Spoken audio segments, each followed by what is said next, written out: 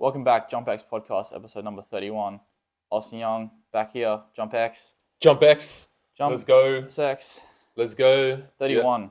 Yeah, episode 31. So today we're going to be talking about why injuries are inevitable in jump training, right? And it's all a part of the process, right? Now, obviously, the goal with training is to reduce injuries and stop injuries from happening altogether or completely, right? That's always the goal. Ideally. Yeah, we don't want injuries to happen. Yeah. No one wants to be injured. No one wants to be in pain. And, you know, the main goal of training is to prevent that, reduce that, right? That's the number one goal. That's the first goal. And then second to that is performance, right? Because performance doesn't matter if you're fucked and injured. If you're fucked and injured, exactly. Yeah. All right? Yeah, so that's always the number one priority of training, right? But in saying that, injuries are going to be an inevitable part of the process, especially when you're pushing your body to its limits every week, like jumping. Yeah, jumping, lifting, doing max velocity sprinting. Yeah, no, exactly. And it's not like those activities are any more dangerous than not doing them at all, but it's more the fact that if you're doing them all at the same time, you're actually trying to get better at those activities. If you just do them to like a comfortable level, like, you know, a sprint at 80%, you're probably not going to get injured ever. But if you're pushing 100% pretty much every day, going out, doing max jumping, max sprinting, going for maxes in your lifts, eventually something is going to, you know, start redlining. Exactly. Or like something little might come up. Maybe not a red line, but like a little exactly. a warning light. Like the orange engine light. Exactly. Yeah, right. I know about that. You're always going to have little sparks. It's just about not letting those little sparks turn into flames and then full-on bushfires, right? Yeah. That's it. So, yeah. Yeah, no shit. Especially if you've had a history of like knee pain, right? Tendinopathy, Achilles tendinopathy, right? It's always going to be there, all right? And I feel like if you can get to your pain down to like a 1 out of 10, you're healthy. It's manageable. Yeah, once you get warm, you're chilling. Like you can call yourself healthy. Yeah. You know, it's always going to be there. Like for myself, man, like kind of joke about it with Tom. You know, like 1 week I'll have knee pain, right? My knee pain will be up a little bit, be a little bit annoying. You know, nothing crazy though, because I don't let it get out of hand. And then that gets better. Then literally the next week, my Achilles decides to be annoying. Right. Maybe it could be a compensation thing. Yeah, and it's just you know, alternating back and forth, and I'm always at a point where like there's always something, you know, for me, there's always something I'm dealing with, and it's just going to be at that point where like if I'm like 95% healthy, then I'm good, I'm healthy. Yeah, well, if you weren't getting all these things coming up, I'd almost argue that you're not training hard enough. Yeah. Like, you're going to have a little flare up here and there, but it kind of shows that you are actually pushing your body. Your body's pushing back saying, no, we're not ready for this just yet. And that's fine.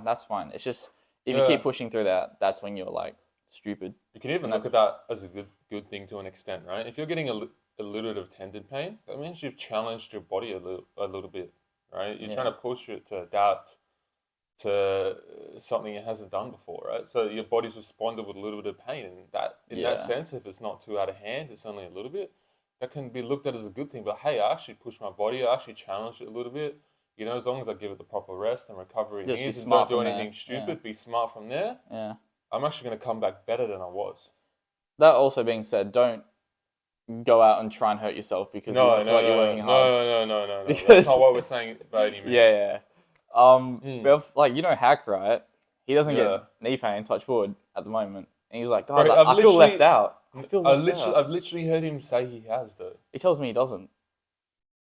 No, I've literally heard him at least twice say he has had it. Fuck's sake, bro. Yeah. No, but that's another really good point. I was talking to this topic to someone in the DMs about like your mindset when this sort of shit happens, and this is something I've been bad at and still working on, right? Like when these little things happen, these little sparks, these little pains, you know, these injuries do happen. Your mindset in terms of how you approach this is so important. Yeah. You know, you got to have a really good, solid mindset and a good level of resilience, right? And just having that positive mindset. But hey, it's only a little bit of pain, whatever. It's going to get better. Bump in the road. Yeah. Whatever, right? and just having that strong mindset, not getting too caught up in I'm in a little bit of pain, I'm not really train properly right, this is the most depressing thing, really getting down on yourself about it and really getting depressed about it and stressing about it. That's going to make the whole issue worse and probably make the pain last longer. It's going to inhibit your recovery, Yeah. And it's going to inhibit your progress, right? Whereas if you just approach it from a mindset, oh, whatever, a bit of pain, who cares? It's not going to hold me back from doing what I do. It'll get better as long as I do the right thing, whatever. Right? Yeah. And that's something you're actually very good at. What? Like that, yeah. Am I? Yeah. You are. You get a little bit of knee pain, you're like, whatever. From my perspective, you don't seem to stress about it. Well, I've been doing it for so long. Yeah. Yeah. You know what you can push through. This is true. And what you can't. And essentially that's what we help our athletes, especially the ones with, not that much experience.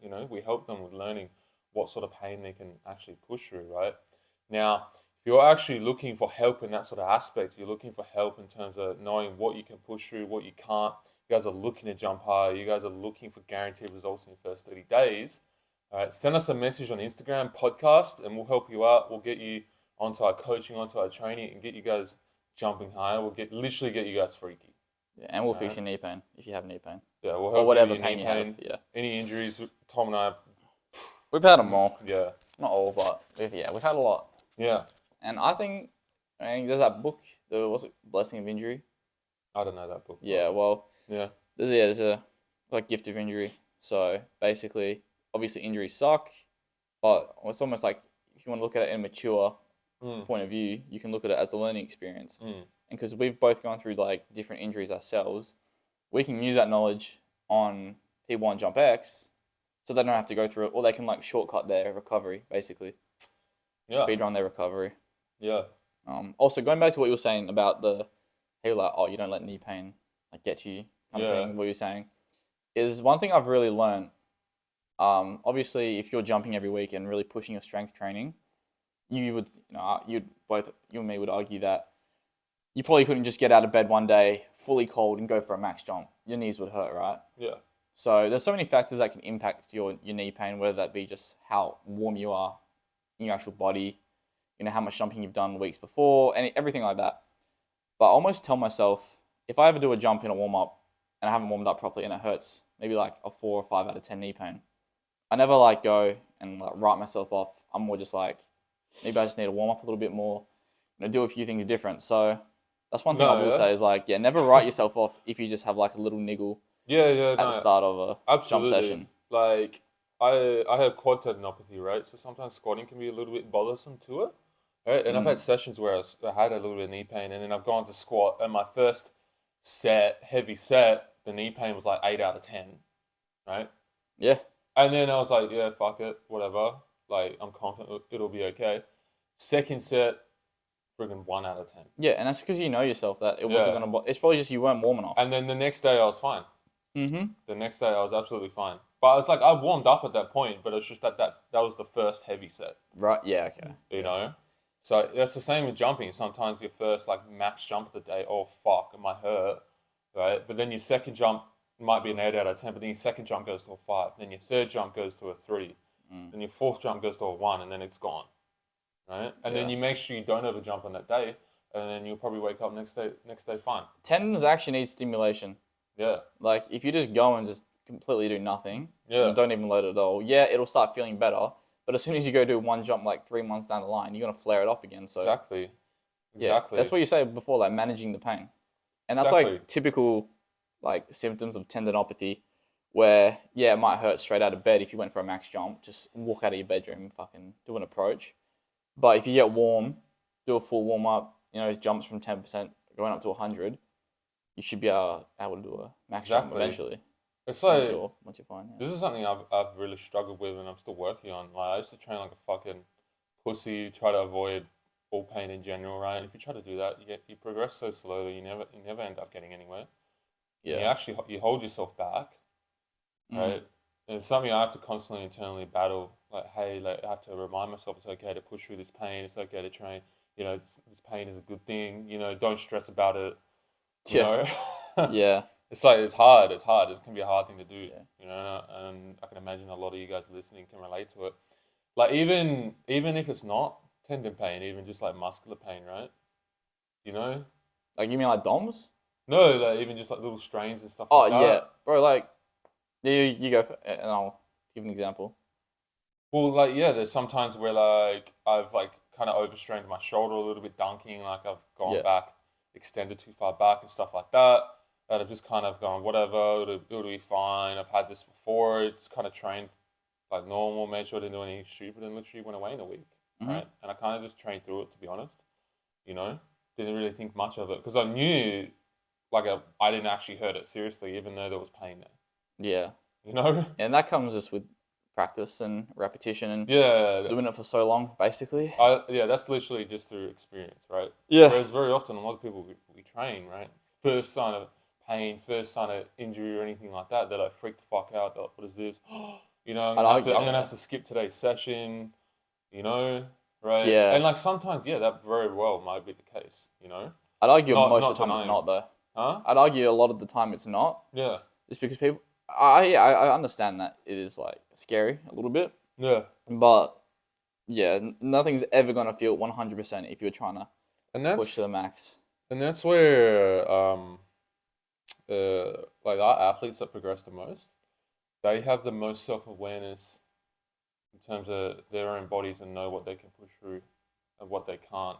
Obviously, through our help and guidance too, as well, we help them. Yeah, I agree. Yeah, Right, but the athletes that progress the most, right, they're the ones that can push through that little bit of pain and know what is acceptable and what's not acceptable. Right, they don't just stop completely what they're doing first sign of a little bit of pain or a little bit of a niggle. Right, because these little niggles and stuff like that, the higher you jump, the more force you start producing.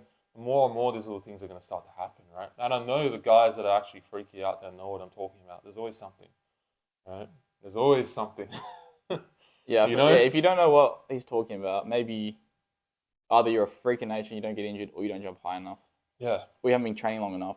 Like Sam, who got on the podcast last week, for example, he's a good one as an example of what you're just saying, because he's been training for probably over 10 years now in like the weight room and stuff.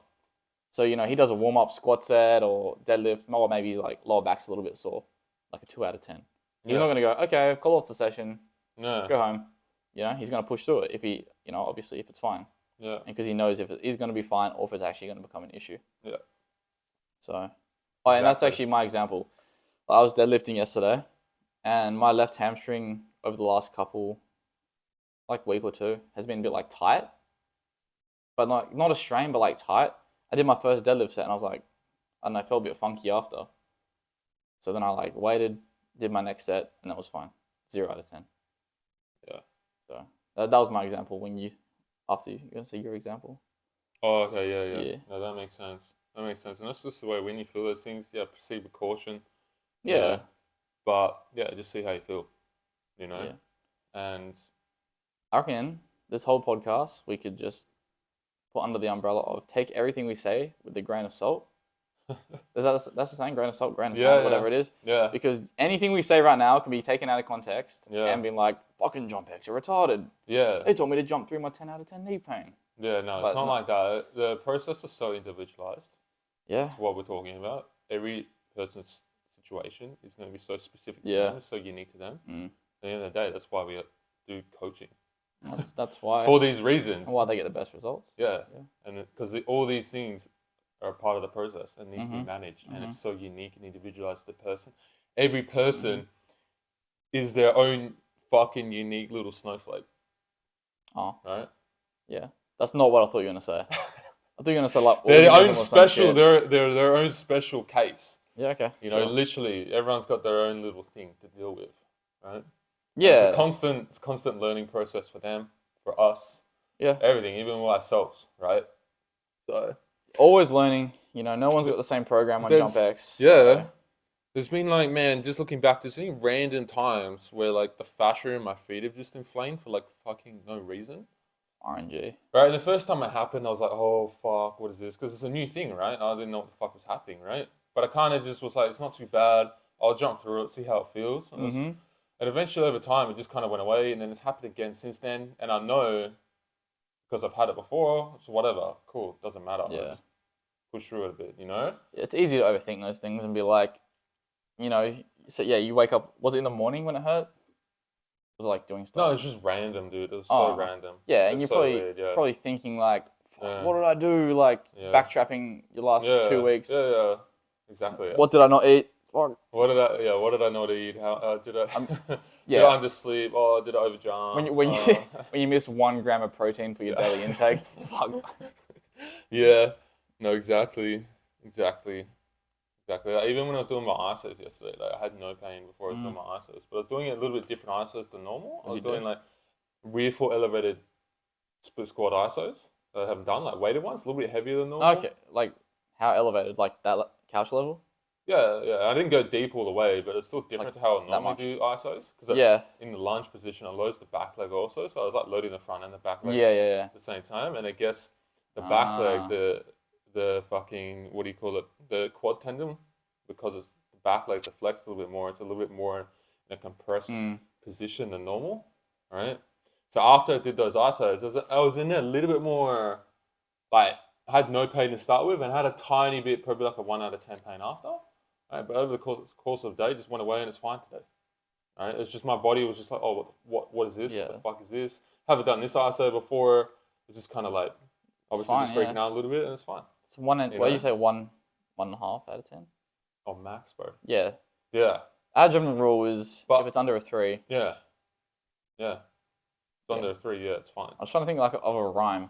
But But it's just one of those things where I was like, yeah, this is a good thing. I haven't done this before. It's obviously challenging the muscle and the tendon in a way I haven't done before. This is going to be a good thing. I'm going to get some good adaptations from this. Yeah. You know? Okay, I got mine. This is a new thing. If it's under 3, shut the fuck up and do the set for me. That's my new like. Don't be a bitch, bro. Yeah, I was thinking so hard to like what rounds with it? Oh, okay, but yeah. So what? Basically, didn't hurt to the point where it was like too much. So you knew what you were doing was fine, and now you can adapt from it. So next time you go back, you're probably going to be even better, and that's absolutely fine. But like, I think another good rule is if you haven't had the injury before and you don't really have any sort of awareness or context or anything on it, no. Right? Yeah, proceed with caution for sure. You don't know what's going to happen after. Analyze it, see what hurts it, see what doesn't hurt it. But if it's something like knee pain that you've had before, you have knowledge on it. I feel like everyone pretty much knows that one. And if you don't know it, we probably do. So that's another reason to get on. Exactly. Like, exactly. you can piss fart around and guess what's going to fix your injury, whether it be back pain, knee pain, Achilles, shoulder, whatever, or you can just get like guaranteed results. Yeah, exactly. It's really, and like get literally a direct path to where you need to be going, rather than doing like a maze to your destination. So that's just another reason. It's like when you turn on or when you use maps to get somewhere, right? It's like there's going to be little obstacles like crashes and unavoidable on the road and friggin' potholes and bad all drivers. that sort of stuff. Like, bad drivers. Yeah. That Google Maps doesn't necessarily show. It shows traffic and stuff like that, but there's going to be those little things that come up that at the time you're going to have to manage and work around when you're driving to that location. It's kind of the same with jump training, right? You have that that linear plan, but there's going to be these little things that come up, like these little niggles, knee pain, muscle strains, all that sort of stuff that happen. Yeah. Right. So yeah. Do you want to use Google Maps or not? It's really up to you. Exactly. And then another, you can even keep going off that, and if you know where you're going off the top of your head, i.e., you know how to deal with your knee pain, that's just like going to your mate's house. You don't need Google Maps. But suddenly, okay, you need to go to a random shop in the city. You don't know how to get there. That's, your back pain has flared up. That's when you go to Google Maps, aka JumpX. Yeah. Jump or a road is closed off to your mate's house and you need to find another route. You don't know where you're going. You need to find another route, which sometimes that happens as well. But yeah, I think we'll cut that podcast off there. I think that was quite a good one, quite an informative one. But I hope you guys got a lot of value from this. If you guys are looking to jump higher, send us a message on Instagram podcast, and we'll get you hooked up from there. But without further ado, we'll catch you guys in the next episode. See you later. Peace out.